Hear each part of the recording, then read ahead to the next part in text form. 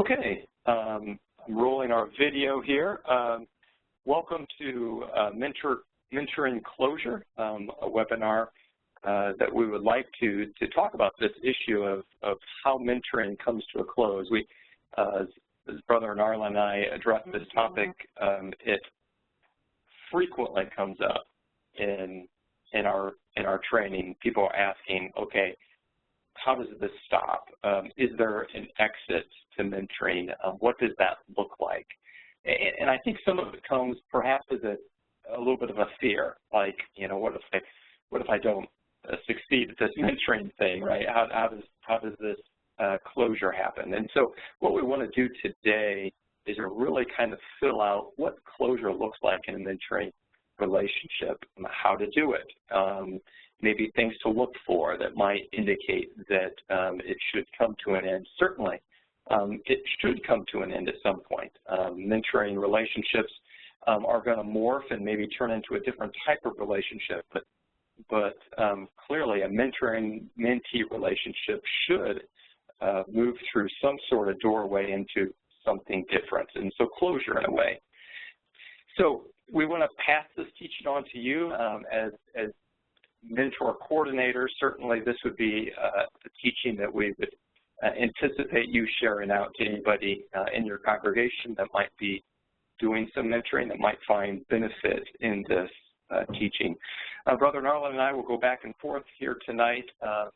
We'll spend the first few moments, about 25 minutes or so, with content, and then certainly are always open to conversation and questions that might result at the end here. So let's move on, and first looking at Ecclesiastes 3:1, we know the scripture well. In everything there is a season and a time to every purpose under heaven.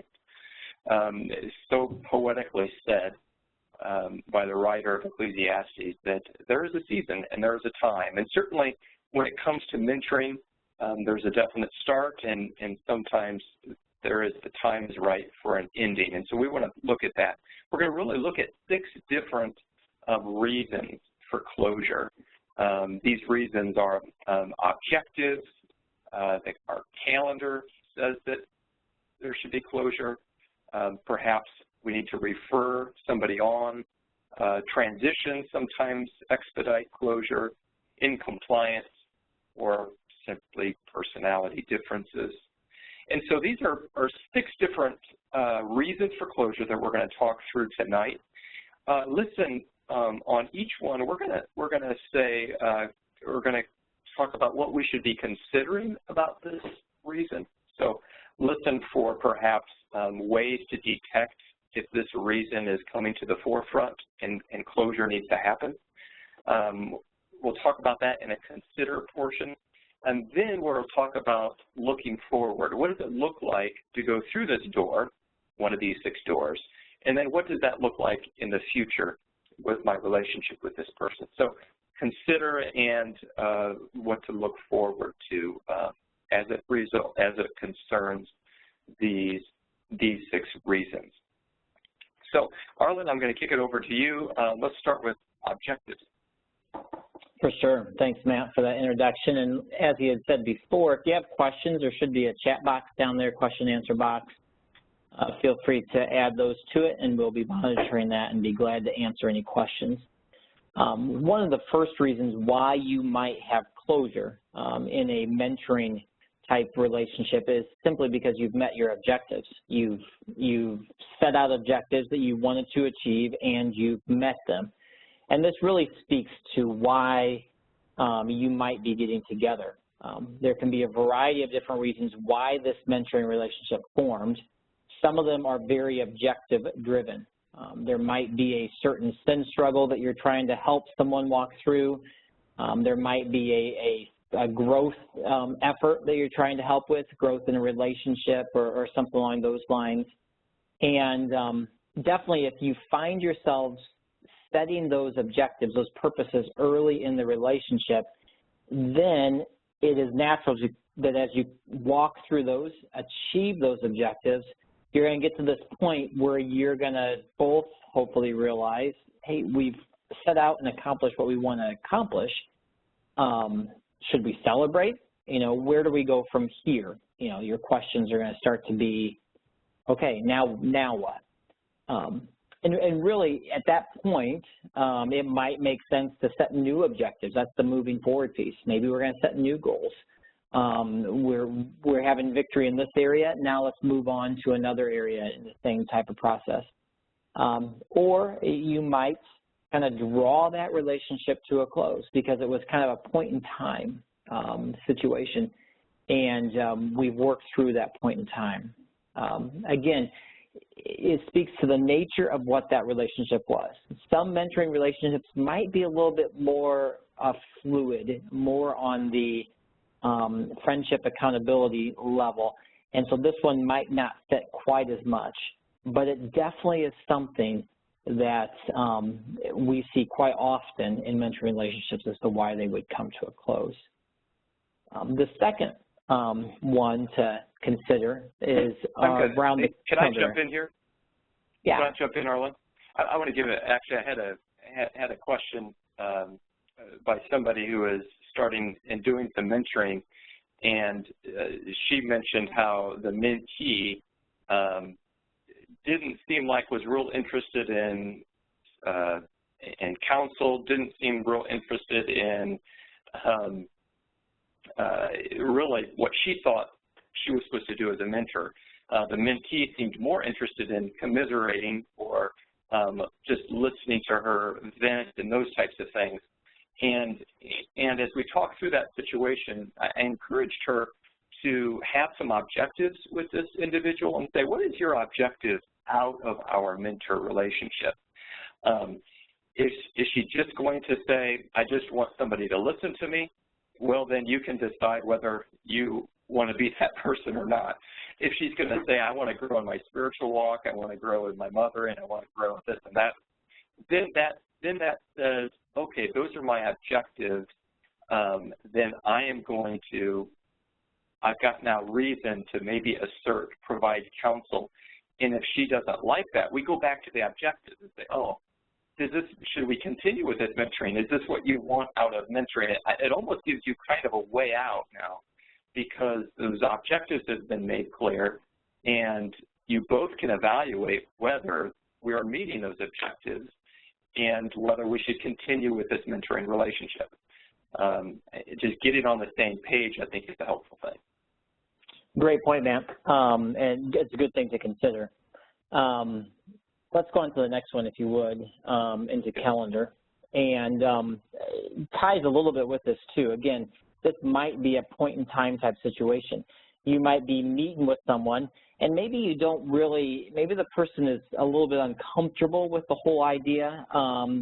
They maybe, sometimes you find a situation where they're signed up by someone or strongly encouraged by someone, so they're not 100% sold on it.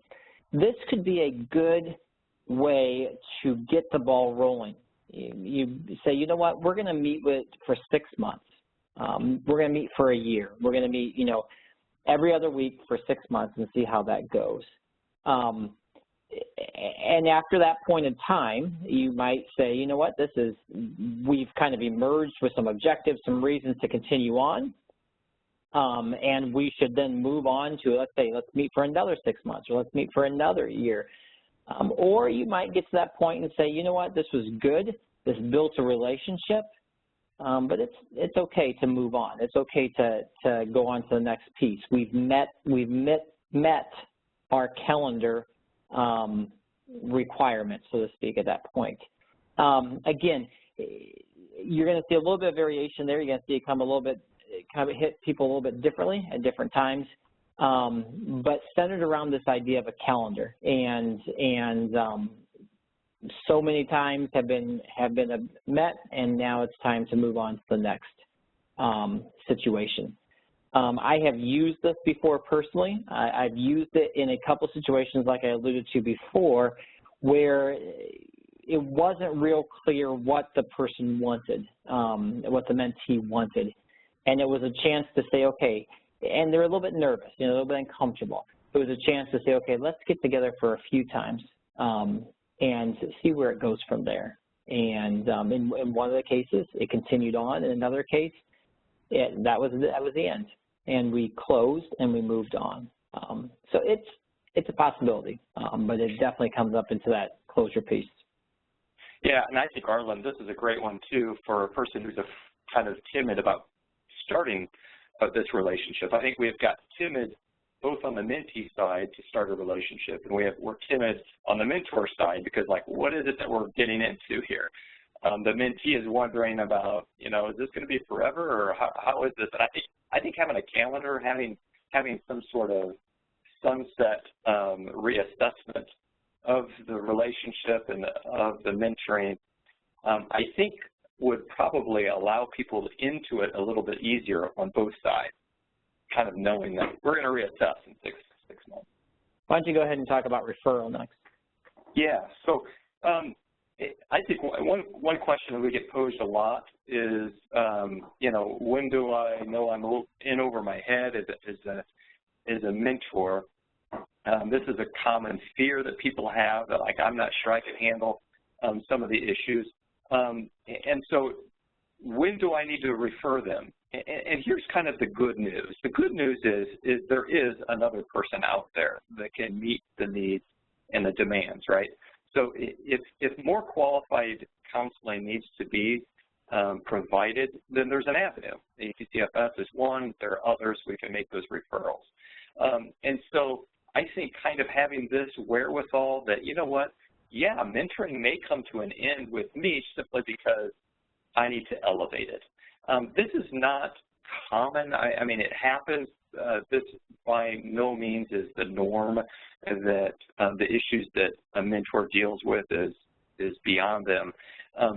But it's nice to know that if it is, if there are things being dealt with, such as suicide or some deep mental illness, there are qualified counselors that can step in. Now, how do we know that? Here's the consider. If there's no improvements, over time with increasing efforts, it's kind of the algorithm, right? This person is not going in a better direction. We're not further along, or we might be relapsing or might be getting worse. Over a long period of time here is what we're talking about, right? So no improvements, and yet we're increasing efforts, right? That might be meeting, or that might be assignments, or we're trying with no success, really. Well, that might mean we need to elevate the situation, right? We need to perhaps bring in somebody else. Again, if the mentee is interested, if the mentee is still wanting the help, then this might be something we do. Now, what does that look like as we move forward, though? It doesn't necessarily mean that I have nothing to do with the situation, with this individual. In fact, a counselor very well might want somebody else involved with this person. In fact, likely will want somebody that at the grassroots level walking alongside this person while they get more qualified care. And so that just is going to mean that our rules are going to change, maybe, from being, kind of in this person's face. Now maybe I am alongside them, getting coached with another professional counselor, some qualified counselor, in helping me with this individual. So I think that's an important nuance to catch with this one. If we do make a referral, I think we should be open to what role now am I going to play in this new relationship so I can support this person as they get that qualified counseling care. The next one is transitions. Do life transitions require a change? I don't know how it's been for you, but I actually find that transitions is probably the most common reason why mentoring, and from my experience, has come to an end. You can see, a relocation, marriage, kids, these types of transitions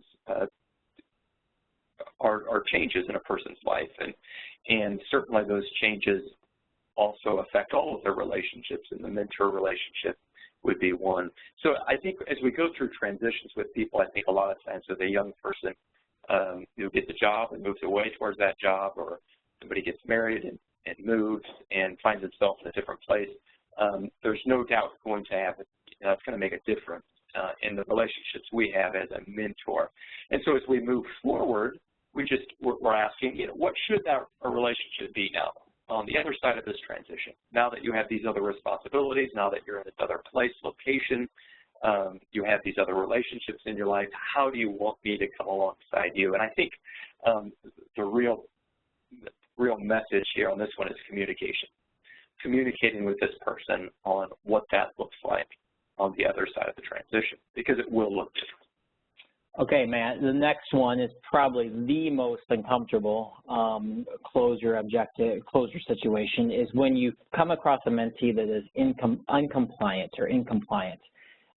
They are not doing what you ask them to do. Perhaps they're not even meeting. You have meetings set up, they don't attend, they don't contact you with the situations that are arising, not doing it. Perhaps you've given assignments or not doing assignments. There seems to be this general level of not following through. This can be a very difficult and an awkward situation, and yet it's a critical situation. This is an opportunity to be a voice of loving truth into an individual. And frankly, it can be a great opportunity in the sense that you have laid out goals by this point, most likely. You've laid out objectives by this point, most likely. And you kind of have evidence. You can go back and say, hey, look, you know, you're not following through. You're not meeting. You're not contacting. You're not doing what we're asking. This isn't working out. This is not something you rush into, but this is something that, similar to the earlier comment of Matt, that if there's no progress over time and the person continues to show this trend of not being compliant to the request, it's time to move on. It's time to bring some closure. It's time to at least put a halt in it and say, you know, I'm here, I'm available. You know, the love side, you know, I'm here for you whenever it takes. But then the truth side coming out saying, but I'm not gonna pretend this is working. You know, we'll get back together when you're ready and when you're ready to follow through. And you probably at that point want to give some pretty clear parameters as to what readiness looks like. What I would predict it needs to involve some initiation on the part of the mentee. I don't think readiness is continually poking them in the back until they finally turn around and respond. It is at this point lovingly waiting, maintaining the relationship to the best of your ability, but waiting for them to say, yes, it's time to go to another level.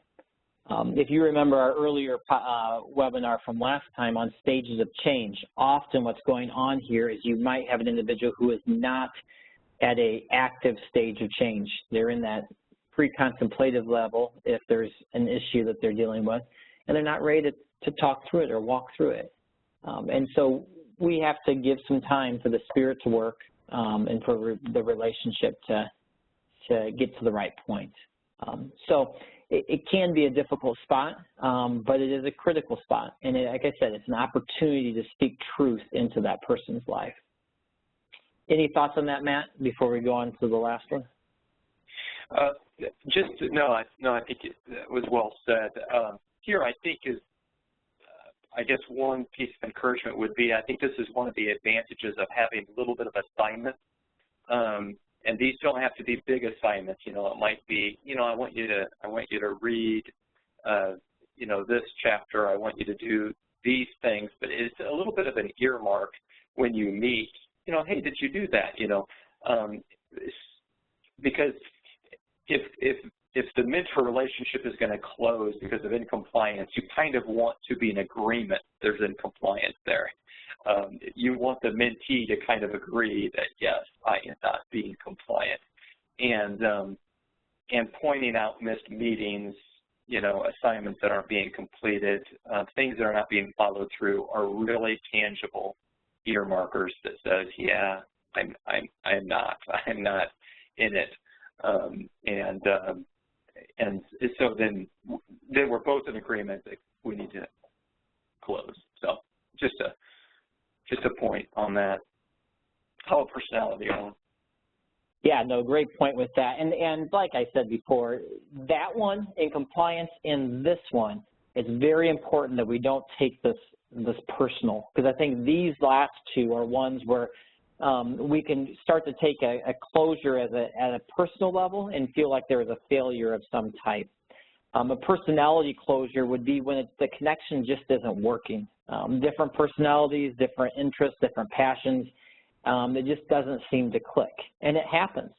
You've maybe heard me jokingly talk about my wife and I. We both taught history at the same high school for a period of time, and every semester kids would switch classes. We both did world history. Kids would switch classes, and it seemed like some kids would fire me and pick up my wife as a teacher, and some kids would fire her as a teacher and pick me up as a teacher.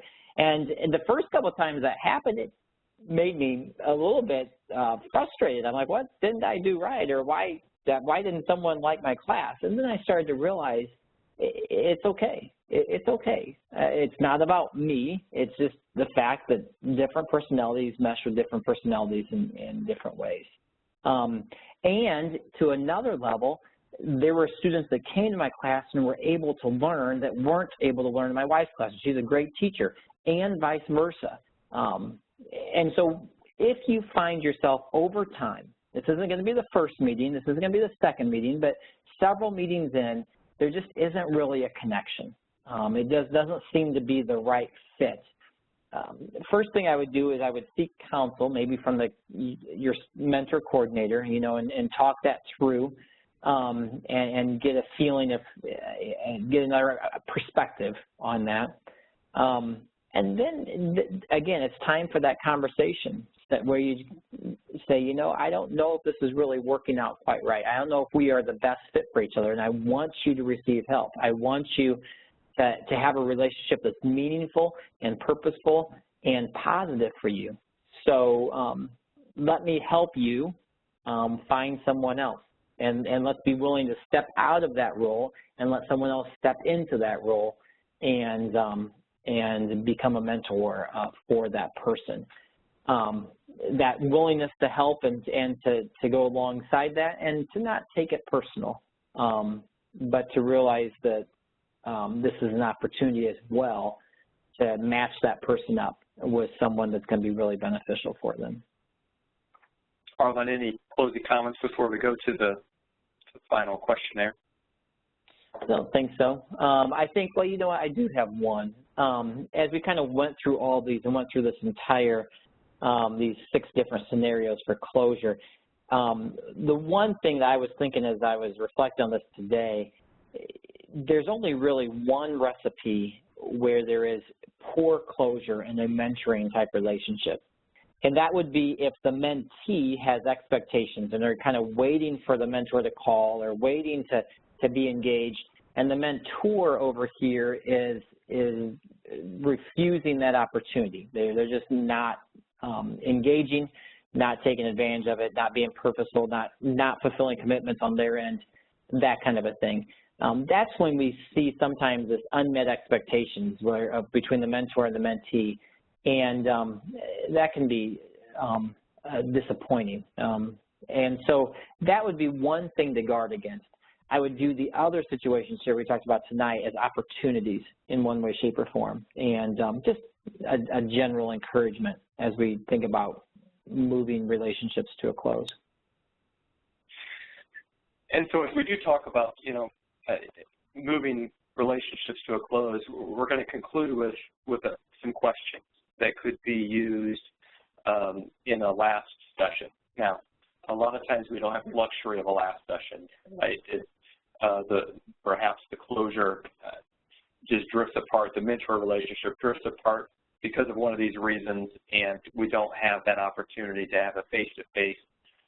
But sometimes we do. Sometimes we know, all right, we're going to bring this to a close and we're going to have one last meeting. Here are an example of 6 questions. For example, if you have the luxury of having an exit or a final meeting with somebody, you might consider using questions like this. Number 1, talking about the reasons that this relationship is ending, right? And again, that's not always bad. Many times it's something to celebrate. You know, number two, you know, what was beneficial. Not that we're necessarily seeking some sort of affirmation here, but we're looking for something to celebrate. Can we recall where they've come from? Can we recall the gain that's been made? These are really, really important things to put your finger on. And sometimes when we're in the thick of it, we don't remember to kind of make those markers or comment on all the markers of improvement. So this is your opportunity as we bring it to a close. You know, where has growth happened, and to place our finger on that.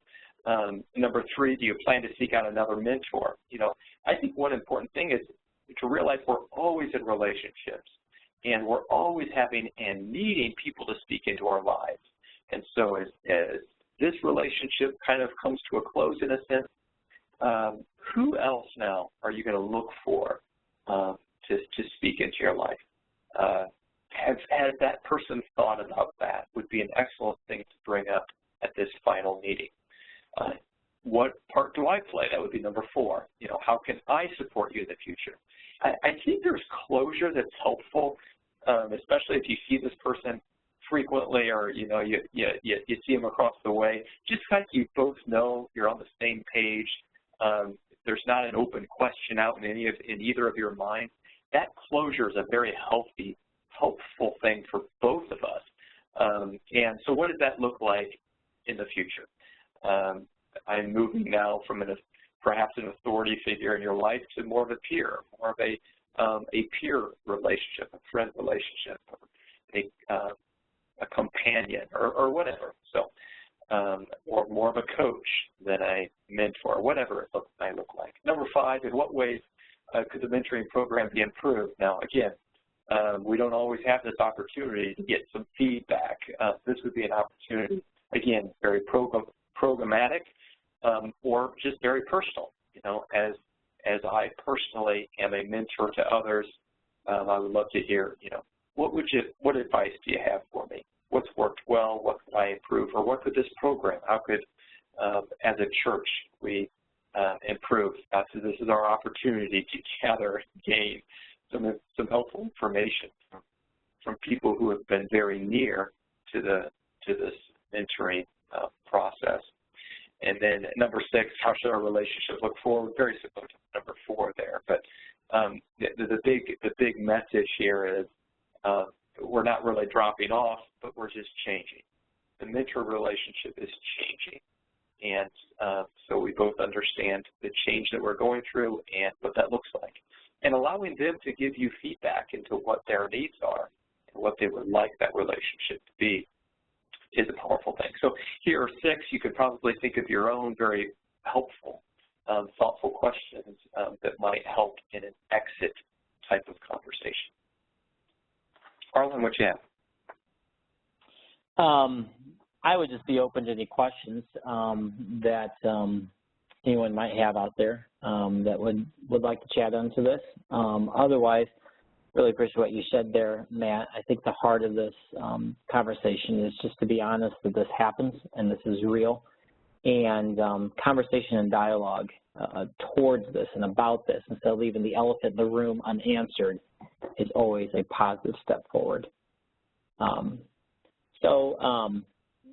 If there are any questions out there, you can text them to us, or I don't see anything on the chat box at this point. Otherwise, we deeply appreciate you spending time this evening listening, and hope that this can be a benefit and useful. And this video, along with the others, will be housed on the website. Again, the intention is to pull it off and to provide it with anybody who would benefit from it. For sure. Well, very good. Thank you, everyone, for being along, and we will have more every quarter. We plan to have a webinar on mentoring, and hopefully we'll see you back at the next one. Thanks a lot for being here. Thank you. Have a good night.